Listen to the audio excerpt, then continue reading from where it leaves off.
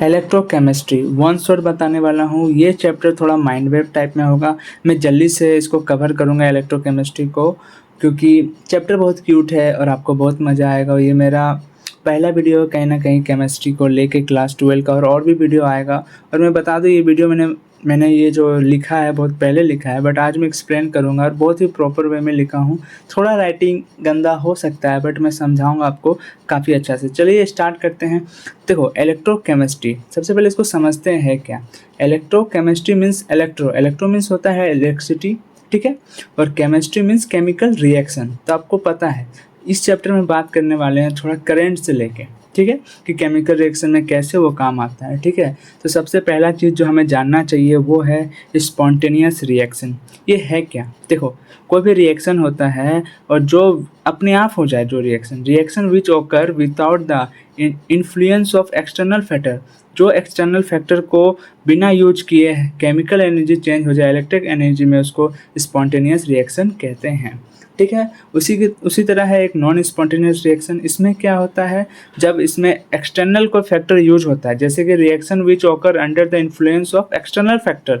कोई भी external factor हो सकता है, हीट हो सकता है, आपका जाके करंट दे सकते हैं हम लोग, या कोई कैटलिस्ट यूज करेंगे कि रिएक्शन जल्दी हो जाए। उसमें होता है क्या, इलेक्ट्रिकल एनर्जी चेंज होता है केमिकल एनर्जी में, इसलिए हमें एक्सटर्नल कुछ देना पड़ता है, ठीक है। आगे बढ़ते हैं और बात करते हैं सबसे मेन चीज़ जो जानना चाहिए इस चैप्टर में, वो है रिडक्शन एंड ऑक्सीडेशन। ये दो चीज़ है ना, बहुत ज़रूरी है। क्यों ज़रूरी है, देखो, क्योंकि आगे चल के इसका यूज होगा। तो रिडक्शन है क्या, सिंपल शब्द में जानेंगे, गेन ऑफ इलेक्ट्रॉन। देखिए, इलेक्ट्रॉन गेन कीजिएगा तो जाहिर सी बात है नेगेटिव चार्ज इंक्रीज होगा, तो डिक्रीज क्या होगा, पॉजिटिव चार्ज। तो होगा क्या, गेन ऑफ इलेक्ट्रॉन को कहते हैं रिडक्शन। इसका ट्रिक चाहिए तो वो होता है रेड कैट।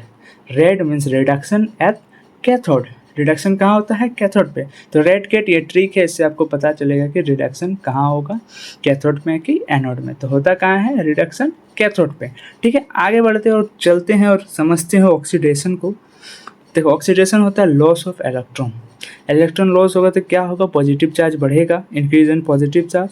तो होगा क्या, नेगेटिव चार्ज घटेगा। और इसका क्या ट्रिक है, एनॉक्स, क्योंकि ये ओकर कहाँ होता है, कहाँ पर पाया जाता है, एनोड में। तो oxidation at anode, an means anode and O X means oxidation. तो ये ट्रिक है और इसका ट्रिक है red cat means reduction at cathode, ठीक है। तो इसका एक एग्जाम्पल देखते हैं। देखिए, एग्जाम्पल क्या है, जिंक्स प्लस Cu2+, कॉपर पे 2+ चार्ज है, जो कि देता है Zn2 प्लस Cu, ठीक है। तो हो क्या रहा है यहाँ पे, देखो सबसे पहला देखते हैं Zn को, ठीक है। Zn क्या बनाता है, Zn2+। तो यहाँ हो क्या रहा है, गेन ऑफ पॉजिटिव चार्ज हो रहा है यहाँ। तो गेन ऑफ पॉजिटिव चार्ज क्या होता है, देखिए यहाँ पर है increase in positive means oxidation. तो ये हो क्या रहा है, ऑक्सीडेशन। यहाँ देखिए Cu2+ चेंज होके हो जा रहा है Cu पे। तो हो क्या रहा है, यहाँ पर नेगेटिव चार्ज गेन हो रहा है, जो कि चार्ज है उसको न्यूट्रल बना दे रहा है। तो यहाँ पर कहीं ना कहीं रिडक्शन हो रहा है। रिडक्शन इसलिए हो रहा है क्योंकि यहाँ पर इलेक्ट्रॉन कॉपर गेन कर ले रहा है, ठीक है। तो ये एग्जांपल है और इसी पे हम लोग बोल सकते हैं हाफ ऑक्सीडेशन रिएक्शन और हाफ रिडक्शन रिएक्शन, ठीक है। और ये जहाँ ऑक्सीडेशन रिएक्शन जहाँ हो उसको कहते हैं रिडॉक्स रिएक्शन, जो कि हमको इस चैप्टर में नहीं पढ़ना है। अभी हम लोग को पढ़ने हैं हाफ ऑक्सीडेशन रिएक्शन और हाफ रिडक्शन, ठीक है। तो हाफ ऑक्सीडेशन कहाँ हो रहा है, जहाँ पर ऑक्सीडेशन हो रहा है। तो किसका ऑक्सीडेशन हो रहा है, जिंक्स का। कैसे हो रहा है, जिंक्स बन रहा है Zn2+। तो कितना इलेक्ट्रॉन लूज किया यहाँ पर, 2 इलेक्ट्रॉन, ठीक है। और हाफ रिडक्शन की बात करें, 2 इलेक्ट्रॉन हम लोग इस पर देंगे, Cu2+ चेंज होकर क्या बन जाएगा, Cu हो जाएगा। तो ठीक है, और आगे बढ़ते हैं और ये दो हम लोग टर्म को जानेंगे, क्योंकि ये इतना इंपॉर्टेंट नहीं है, बस इसे जानना है। और फिर अगले पेज में मूव करेंगे। मैं हैंड रिटन लाया हूँ क्योंकि आपको आसानी हो, इसका PDF में दे दूंगा। बस 100 लाइक करना है आपको, 100 लाइक पे मैं PDF आप लोग को दे दूंगा, ठीक है। अब बात करते हैं इलेक्ट्रोकेमिकल सेल क्या होता है। देखो सिंपल है, इसके बारे में ज़्यादा नहीं जानना है, बस इतना जान लो कि इलेक्ट्रोकेमिकल सेल्स क्या होता है। केमिकल एनर्जी जब इलेक्ट्रिकल एनर्जी में चेंज हो जाए तो उसे हम लोग कहते हैं इलेक्ट्रोकेमिकल सेल। देखो ये माइंड मैप है, नॉर्मल में बता रहा हूँ। आगे बढ़ता हूँ, इलेक्ट्रोलाइटिक सेल्स क्या है। देखो इलेक्ट्रिकल एनर्जी जो है ना, जब केमिकल एनर्जी में चेंज होगा तो उसे कहते हैं इलेक्ट्रोलाइटिक सेल्स। ये दो टर्म है, बस इसे जानना है। इम्पोर्टेंट जो चीज़ है उसे जानना है वो है आपका सेल पोटेंशियल। चलिए उससे समझते हैं। तो फिलहाल मैं आ गया हूँ सेल पोटेंशियल को लेके, और ये इतना इम्पोर्टेंट है ना, इसके अलावा इसको आप नहीं जानेंगे तो ना ही आप नर्स इक्वेशन सॉल्व कर पाइएगा, जो कि सबसे ज़्यादा इम्पोर्टेंट है। तो चलिए बढ़ते हैं। ठीक है, अब बात करते हैं सेल पोटेंशियल क्या होता है। ठीक है, cell potential means E naught cell. ठीक है, ई नॉट सेल का फॉर्मूला है E naught cathode minus E naught anode. ठीक है, कैथोड पता है, पहले बता दिया आपको। एनोड पता है, बता दिया। क्वेश्चन में ये दोनों दिया होगा, बस आपको सॉल्व करके माइनस करके आंसर निकालना है। और एक चीज़ जो ध्यान रखने की है, for reaction to be feasible E naught cell should be positive. देखो, ये रिएक्शन तभी होगा जब ई नॉट सेल पॉजिटिव लाइएगा। आपको खुद लाना है पॉजिटिव। कैसे लाना है? नॉर्मल कोई भी क्वेश्चन होगा, जो बड़ा होगा उसको पहले लिखना है और छोटा वाला को लास्ट में। तो हमेशा क्या आएगा? ई नॉट सेल पॉजिटिव आएगा।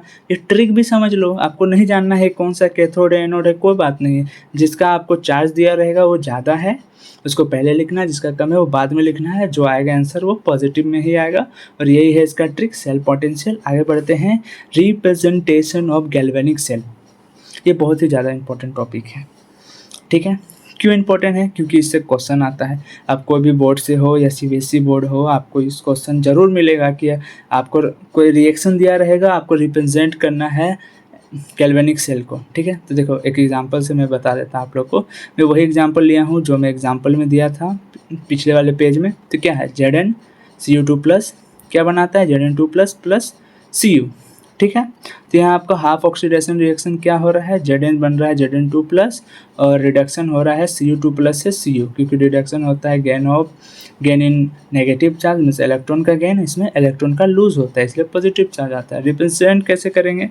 जो एनोड है इसको इस तरफ रखना है, जो कैथोड है इसको इस तरफ रखना है। तो आप देख रहे हो एनोड है, एनोड क्या है? ये है Zn से Zn2 प्लस लिख दिए, सेम एज इट इज, और रिडक्शन जो है उसको इस साइड लिख दिए। तो इसी तरीके से हम लोग रिप्रेजेंट करते हैं। आपने जो भी बड़ा लेक्चर होगा जहाँ आपने कोचिंग में पढ़ा होगा, आपको बताए होंगे सर। सबसे इम्पोर्टेंट चीज़ की बात करें वो है नर्स्ट इक्वेशन। ठीक है, इस पर हम लोग क्वेश्चन करेंगे एक, जो अभी मैंने नहीं लिखा है, बट इसमें मैं आपको क्वेश्चन जरूर करवाऊँगा। ठीक है, अब बात करते हैं नर्स्ट इक्वेशन है क्या। ई नॉट सेल बोलो या EMF बोलो, जिसका फार्मूला होता है E naught cell minus 0.0591 upon में जो n है ये नंबर ऑफ इलेक्ट्रॉन है, log concentration of anode upon में कंसंट्रेशन ऑफ कैथोड। ये फार्मूला है। ये इतना ज़्यादा इम्पोर्टेंट फार्मूला है, इससे आपको श्योर बोर्ड पे 1 से 2 क्वेश्चन ज़रूर मिलेगा। एक क्वेश्चन तो आपको 5 या 4 नंबर में पक्का मिलेगा, जो स्टेट बोर्ड में उनके 5 नंबर में आएंगे। जेक हो गया, बिहार बोर्ड हो गया, जो CBSE है उनका 3 मार्क्स या 4 मार्क्स में आता है एज पर पैटर्न। ठीक है, अब आगे हम लोग पढ़ने वाले हैं relation between equilibrium constant and E naught cell. देखो फार्मूला जानो कैसे आया है, आपके सिलेबस में नहीं है। ठीक है, तो कैसे है रिलेशन? देखिए, इक्विलिब्रियम कांस्टेंट केसी को कहते हैं, ई नॉट सेल इसको कहते हैं, जो लिखा हुआ है आपको पता है। जो ई नॉट सेल अभी हम लोग पढ़े हैं ऊपर में जाके, ई नॉट सेल उसको कैसे निकाला जाता है आपको मालूम है। चलिए रिलेशन बिटवीन क्या है इन दोनों में देखते हैं। तो फार्मूला क्या है? E naught cell equal to 0.059 upon में नंबर ऑफ इलेक्ट्रॉन, जो n है वो नंबर ऑफ इलेक्ट्रॉन है, log Kc।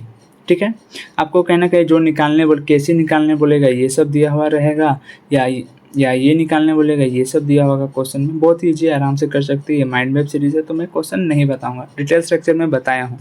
ठीक है, electric chemical cell and Gibbs free energy में क्या फार्मूला है? देखो, डेल्टा जी नॉट नहीं है एक्चुअली, डेल्टा जी है, जी नॉट ये है, वो स्टैंडर्ड के लिए है। तो स्टैंडर्ड सेल भी लग जाएगा, इसको कहते हैं ई नॉट सेल, और ये delta G not.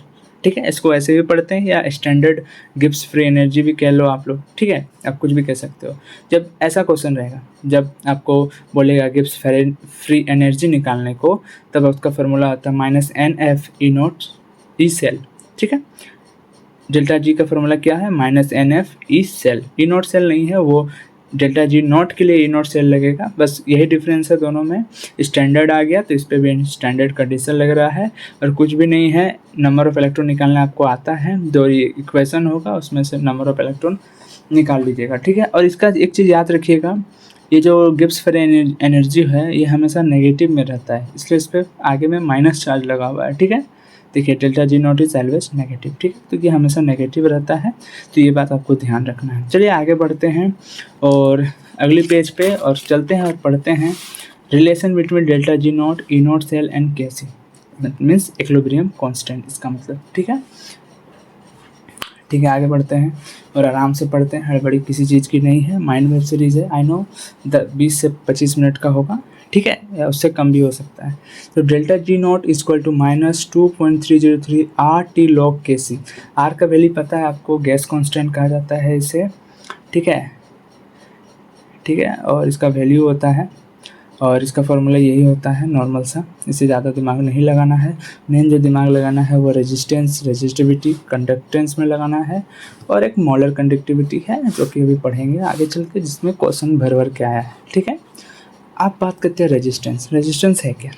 It is defined as hindrance provided by conductor in the flow of current, ठीक है। जब भी करंट फ्लो होता है, लाइक ये मेरा पेन है, ठीक है, इसमें करंट फ्लो हो रहा है, तो करंट जब फ्लो होगा तो उसको रुकावट का काम जो करेगा, जो रुकावट का काम कर रहा है उसको कहते हैं रेजिस्टेंस। तो करंट फ्लो में रुकावट का काम कौन करता है? रेजिस्टेंस।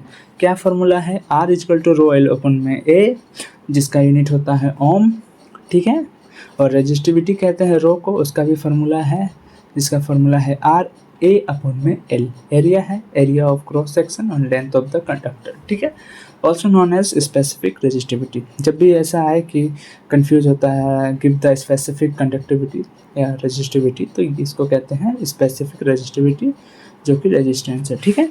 आगे बढ़ते हैं, कंडक्टेंस को जानते हैं। कंडक्टेंस क्या है? Reciprocal of resistance. जो अभी हम लोग पढ़े रेजिस्टेंस ये वाला, इसका रेसिप्रोकल होता है कंडक्टेंस। कंडक्टेंस को जी से रिप्रेजेंट करते हैं और वो होता है 1/r, जिसको हम कंडक्टिविटी, जिसको हम आगे सोल्व करेंगे तो जी इक्वल टू के ए अपन में एल हो जाएगा, और के को कहते हैं कंडक्टिविटी, इसका यूनिट होता है, यदि कंडक्टेंस की बात करें तो मोह या साइमन, ऐसे साइमन होता है, या इसको कहते हैं ओम इनवर्स, ठीक है, इसका यूनिट है। अब कंडक्टिविटी की बात करते हैं, जिसको हम लोग कहते हैं स्पेसिफिक कंडक्टिविटी, ठीक है। देखिए एग्ज़ाम जब क्वेश्चन करोगे ना, आपके स्पेसिफिक कंडक्टिविटी भी लिखा रहता है, कंडक्टिविटी भी, तो कंफ्यूज नहीं होना है, ठीक है। आगे बढ़ते हैं, तो इसका होता है रेसिप्रोकल ऑफ रेजिस्टिविटी। रेजिस्टिविटी क्या है? ऊपर आपको दिख रहा होगा, इसका रेसिप्रोकल है, तो इसका होता है के, मीन्स कंडक्टिविटी इक्वल टू 1/रो। रो क्या है? ये है, ठीक है। आगे बढ़ते हैं और पढ़ेंगे मोलर कंडक्टिविटी। ये बहुत ज़रूरी है, MIT मतलब होता है मोस्ट इम्पॉर्टेंट थिंग, ठीक है। देखो इसका ये सिंबल है मोलर कंडक्टिविटी का, तो उसका क्या होता है? के आपको पता है कंडक्टिविटी होता है इंटू 10⁻³ अपन में मोलारिटी। मोलारिटी आपको पता होगा, सॉल्यूशन चैप्टर में पूरा इसके बारे में डिटेल से बात किया गया है। और यूनिट क्या है? यूनिट है ओम इनवर्स मीटर स्क्वायर पर मोल, इसको कहते हैं साइमन मीटर स्क्वायर पर मोल, ठीक है। इसमें बहुत क्वेश्चन आता है और ये फार्मूला आपको याद करना है, मेरा माइंड मैप है, हम आपको बस याद दिला रहे हैं कि आपको पढ़ना है। आगे बढ़ते हैं, सेल कांस्टेंट के बारे में पढ़ेंगे। तो सेल कांस्टेंट के बारे में क्या पढ़ने वाले हैं? तो देखो मैं भी एक स्टूडेंट हूँ, तो मैं जानता हूँ आपको क्या ज़रूरी है, और एग्ज़ाम कहीं ना कहीं नज़दीक आ रहा है तो मुझे बनाना पड़ रहा है, ठीक है। तो सेल कांस्टेंट को G स्टार से डिनोट करते हैं, जिसका फार्मूला होता है R इंटू के रेजिस्टेंस इंटू कंडक्टिविटी, जिसका यूनिट होता है मीटर इनवर्स, ठीक है। अब वेरिएशन क्या होता है? अब हम लोग बात करते हैं, अब जब पढ़िएगा इलेक्ट्रोकेमिस्ट्री, जिसमें एक टॉपिक होता है variation of conductivity and molar conductivity with concentration, तो उसका क्या होता है? G इक्वल टू के ए अपन में एल, ठीक है। तो ये होता है वेरिएशन। इसका कुछ यूनिट की बात करते तो सेंटीमीटर हो जाएगा, क्योंकि सेंटीमीटर स्क्वायर अपन में सेंटीमीटर, सेंटीमीटर से सेंटीमीटर एक कट जाएगा तो बस 1 सेंटीमीटर बचेगा, ठीक है। ठीक है, अब नोट क्या करना है कि number of ions is directly proportional to electrical conductivity. जितना आयंस होगा उतना ही इलेक्ट्रिकल कंडक्टिविटी होगा, ये डायरेक्ट रिलेशंस है, ठीक है। अब बात करते हैं दूसरी रिलेशन की बात में, जो है relation between molar conductivity and equilibrium constant C, ठीक है। तो dilution is directly proportional to molar conductivity in respect to concentration. I think इस C से कंसंट्रेशन है, ठीक है, सॉरी वो मैं गलत बता दिया आपको, ठीक है। और आगे बढ़ते हैं, अब मेन एक रूल पढ़ते हैं जो कि इम्पोर्टेंट है, that is Debye Huckel Onsager equation. ठीक है, तो इसको फार्मूला क्या होता है उसकी बात कर लेते हैं। डेल्टा एम मीन्स, डेल्टा नहीं है ये, एक्चुअली ये है मोलर कंडक्टिविटी का सिंबल, आपको मैंने पहले बताया है। Is equal to minus A root upon C plus delta naught M means limiting molar conductivity. ये मोलर कंडक्टिविटी है, ये लिमिटिंग मोलर कंडक्टिविटी आपने डिटेल्स में देखा होगा, इसमें मैंने क्वेश्चन भी बहुत कराया है।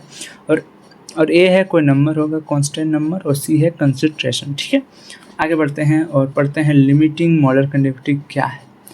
देखिए, तो लिमिटिंग मोलर कंडक्टिविटी क्या है। लिमिटिंग मोलर कंडक्टिविटी वो से कहते हैं जब कंसंट्रेशन आपका 0 हो जाए, उस कंडीशन में जो कंडक्टिविटी आती है उसे कहते हैं लिमिटिंग मोलर कंडक्टिविटी। ये देख लीजिए, यही है वो। ठीक है, जब कंसंट्रेशन 0 हो जाए तब ये आता है लिमिटिंग मोलर कंडक्टिविटी। डिटेल्स में आपने पढ़ा होगा, ये माइंड मैप है तो मैं जल्दी जल्दी कर रहा हूँ।